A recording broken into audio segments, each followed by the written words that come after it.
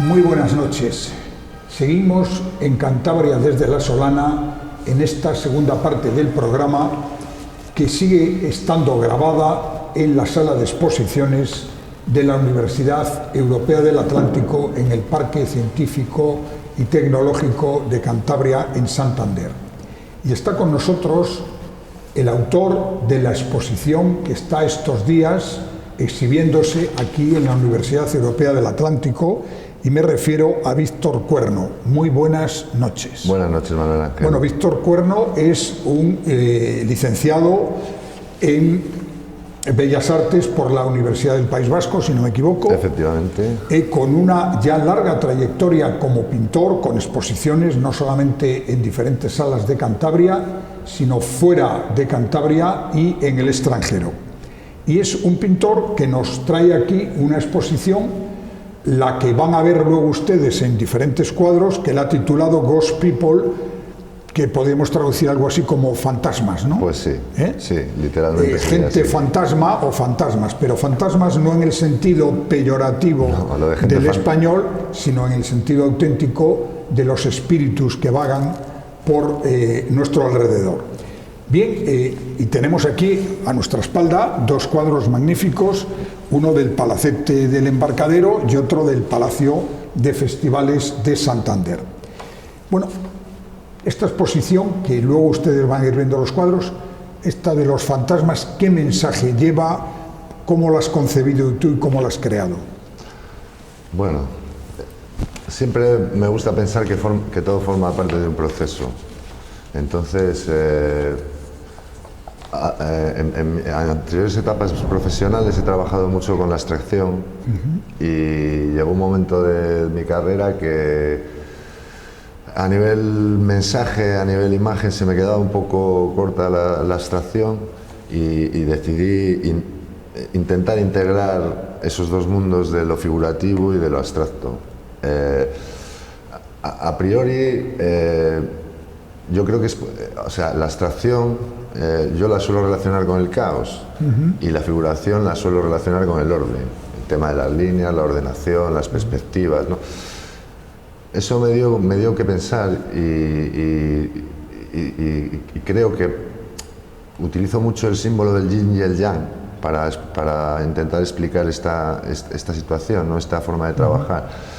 El yin y el yang, que representan el bien y el mal, la noche, el día, o sea, la dualidad que existe en la vida, pues por un lado está el yin y el yang y luego todos se completan en un círculo, creando una continuidad. Y si nos fijamos además, dentro de la parte negra siempre hay un puntito blanco y dentro de la parte blanca hay un puntito negro, con lo cual da que pensar en el sentido de que en el caos siempre hay un puntito de orden y en el orden siempre hay un puntito de caos. Quiero decir con esto que, por ejemplo, en la abstracción, que aparentemente parece una representación más bien caótica, siempre hay un puntito de orden, porque si no, pues los colores quedarían mezclados de cualquier manera. Entonces, valoro mucho, por ejemplo, de la abstracción, la capacidad de expresión, la forma emocional que tiene de representarse, y valoro la figuración porque a nivel mensaje pues puede ser más concreta, puedes redirigir la intención del mensaje hacia el público y demás. Entonces la tensión que se crea entre estas dos fuerzas opuestas, antagónicas, a mí me parece que el resultado es un equilibrio de esa tensión, o por lo menos lo que yo intento conseguir, un equilibrio de esa tensión, pues eso, para que las formas queden equilibradas. Por ejemplo, la figuración, esto a nivel comunicativo es muy interesante, a nivel comunicación. Hablamos, por ejemplo, de códigos, ¿no? Los códigos son más abiertos, más cerrados. Para expresar ciertas cosas la figuración es muy adecuada, y para expresar otras cosas la abstracción es muy adecuada. Quiero decir, por ejemplo, para expresar emociones la figuración es difícil, digamos, ¿no? Y para expresar cosas más concretas la abstracción es difícil. Yo tengo la ambición, no sé si será demasiado ambicioso, ¿no? Pero tengo la ambición de buscar un equilibrio entre esas dos fuerzas. Bueno, ¿y con qué técnica pictórica estás trabajando ahora? Y estos dos cuadros que tenemos a nuestra espalda, ¿con qué técnica están hechos? Bueno, yo generalmente utilizo técnicas mixtas, en el sentido de que a veces utilizo acrílicos, a veces utilizo materiales más sintéticos, no, más oleaginosos, digamos, ¿no? Considero que son técnicas mixtas porque utilizo varios recursos. Me gusta, por ejemplo, del óleo, me gusta mucho las calidades de cómo refleja las luces, cómo satura, técnicamente es muy interesante. Y del acrílico valoro mucho la velocidad, porque el secado es más rápido, en fin, y la no toxicidad. La verdad que el aguarrás me es un poco molesto. Bien, y lógicamente detrás de un artista plástico como es tu caso, lógicamente ha habido mucha experiencia anterior, haber visto muchas obras de otros artistas, en tu caso además haber estudiado Bellas Artes, con lo cual has pasado por toda la historia de la pintura, la escultura y las artes plásticas. De todo eso, ¿qué pozo te ha quedado a ti? ¿Qué artistas te han quedado en la retina? Es muy interesante esta pregunta, Manuel Ángel, porque mi padre es arquitecto, como bien sabéis, y en mi casa siempre hubo cierto ambiente cultural o artístico, por decirlo de alguna manera. Mi padre era muy aficionado a la pintura y a la estética, al diseño en general, y entonces yo creo que eso fue una gran influencia. Yo creo que fue realmente mi primera influencia. Estar rodeado de... Piensa que en aquella época no había tantos ordenadores ni tanta televisión, entonces los recursos eran diferentes para los niños, y entonces rodeado de una biblioteca enorme de libros clásicos, sobre todo clásicos y hasta las vanguardias históricas, que fue más o menos las épocas que mi padre tenía controladas y tal, y rodeado de esos libros, pues quieras que no, Vasarely por aquí, muy heterogéneo, o sea, quiero decir, lo mismo podía escoger un libro de Fray Angelico que uno de Miguel Ángel, que uno de Vasarely, que uno de Gustav Klimt. Entonces yo creo que esa fue mi primera influencia. Sorprendentemente, como son las cosas de la vida, yo empecé arquitectura en Madrid, siguiendo los pasos de mi padre. Luego me quise cambiar a Bellas Artes, a la Escuela de San Fernando, que en aquella época había un ingreso muy fuerte a nivel dibujo de estatua, carbón, o sea, era riguroso y exigente. Y estuve en la Academia Artaquio de Rosendo del Oriente, no sé si le conoces, o le conocías, creo que falleció. O sea, era un hombre de Santander que tenía una escuela de arte en Madrid muy afamada porque preparaban muy bien precisamente para el ingreso de San Fernando. Y ahí me estuve preparando. Y justo en el momento del ingreso abrieron la nueva facultad de Lejona, de Bellas Artes, porque antes, no sé si sabes, compartían edificio con Económicas, así en Sarrico, y había plazas muy limitadas, era muy engorroso. Decidieron hacer una facultad más grande en Lejona, y ese año, ante la duda, a mí el mar me puede muchísimo, ¿sabes, Manuel Ángel? Y no sé, de alguna manera Bilbao en aquella época parecía apetecible y allí me fui. Y te lo comento porque probablemente eso cambió un poco mi visión o mi forma, porque sabes, San Fernando es más bien clásico, mientras que Lejona en aquel momento, con el boom de la infografía, del arte conceptual, era ultramoderno. Y yo cuando llegué allí, de hecho, me sorprendí porque mi concepto del arte era, yo creo, bastante más clásico. Cuando llegué allí me sorprendí y aprendí mucho. Para empezar, segunda influencia fortísima, haber ido a Lejona y haberme encontrado con todas estas tendencias nuevas. Y luego a nivel artistas, por decirlo así, ¿qué tal? Yo tengo un problema, que me gustan muchísimos artistas y cada uno por una cosa. Uno por sus luces, el otro por su trazo, el otro por su intención, el otro por su concepto, el otro simplemente porque rompió a mí me atrajo muchísimo el dadaísmo en un momento dado, Duchamp, Picabia, Marx, Ernst, porque me parece que no solo a nivel artístico, sino a nivel social, no sé, cultural, por supuesto, fueron muy revolucionarios. Se instalaron en Suiza en la época de la Guerra Mundial y fue uno de los focos de la resistencia conceptual, por decirlo de alguna manera, ideológica, ¿no? Contra el nazismo y demás, muy interesante. Y por supuesto la desacralización del arte y todo eso, pues en ese sentido, a nivel estético hay muchas obras que no me gustan realmente, pero a nivel El urinario de Duchamp, en fin, una del pan azul de Picabia, esa actitud la valoro mucho. Valoro muchísimo a Velázquez, valoro muchísimo a Rubens, a Fra Angelico, desde Morandi hasta, pues no sé, fíjate tú, los Marinetti y los futuristas por un lado, el fauvismo. Realmente he tenido mucha dificultad luego para filtrar todo eso.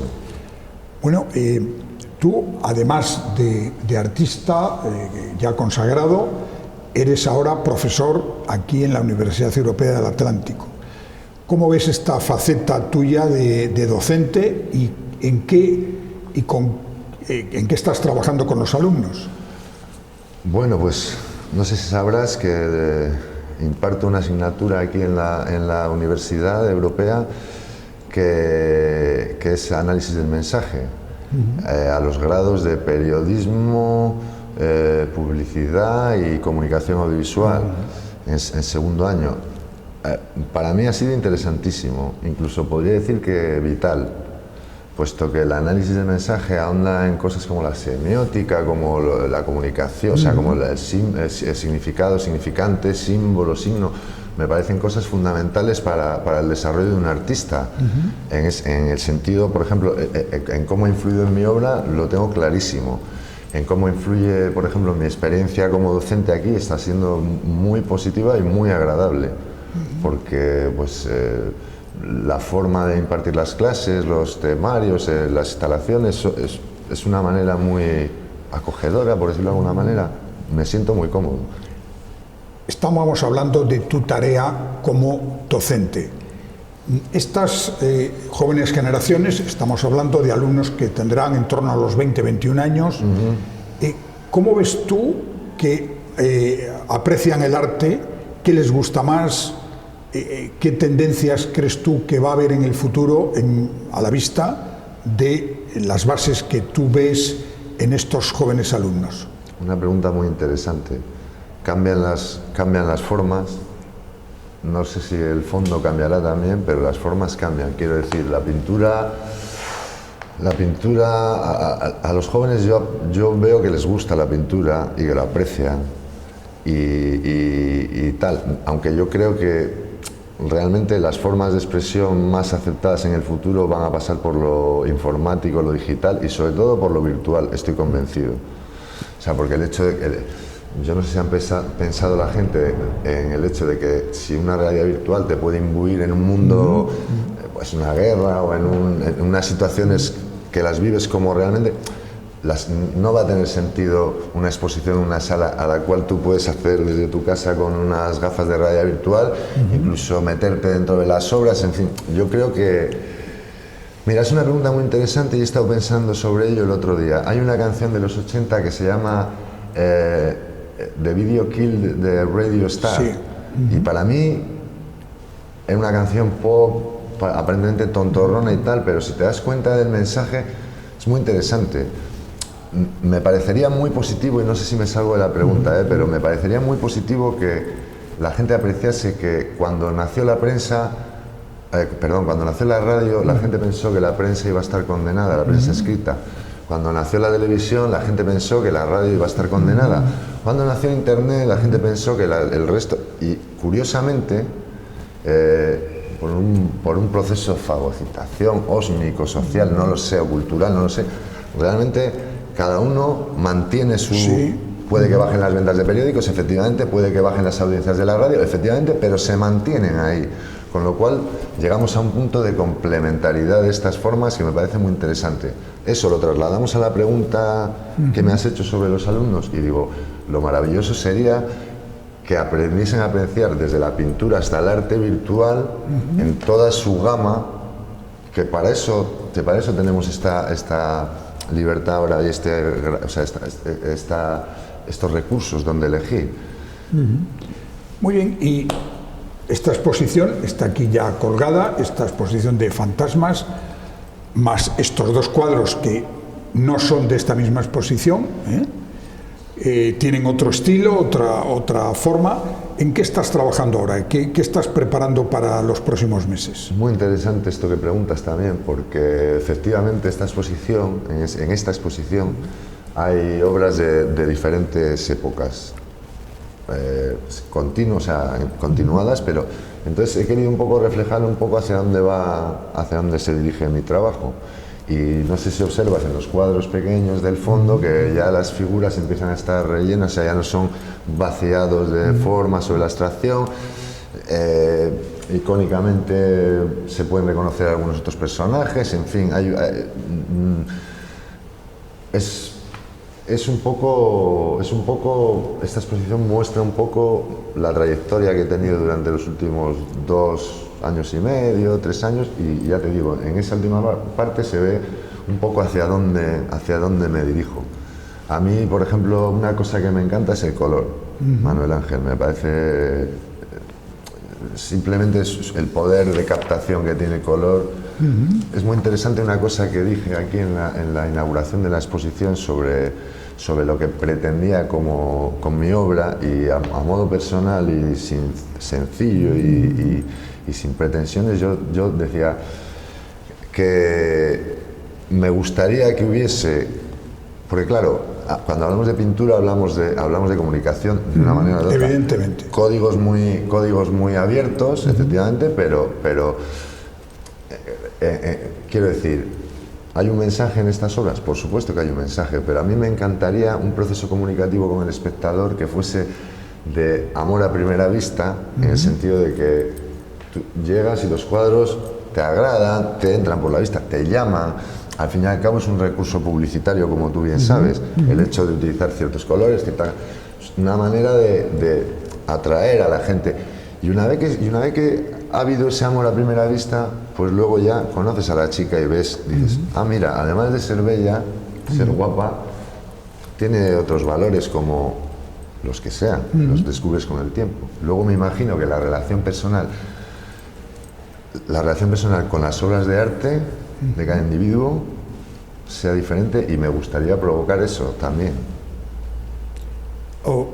Ahora mismo, si hacemos un poco un análisis de la evolución de las artes plásticas en el último siglo o siglo y pico, vemos cómo se han ido consumiendo etapas muy rápidamente. Es decir, hemos pasado de la pintura figurativa perfectamente ordenada al abstracto, de ahí a otros muchos movimientos, a romper con el esquema de que el cuadro tiene que ser algo que está colgado en la pared y convertirse en una instalación.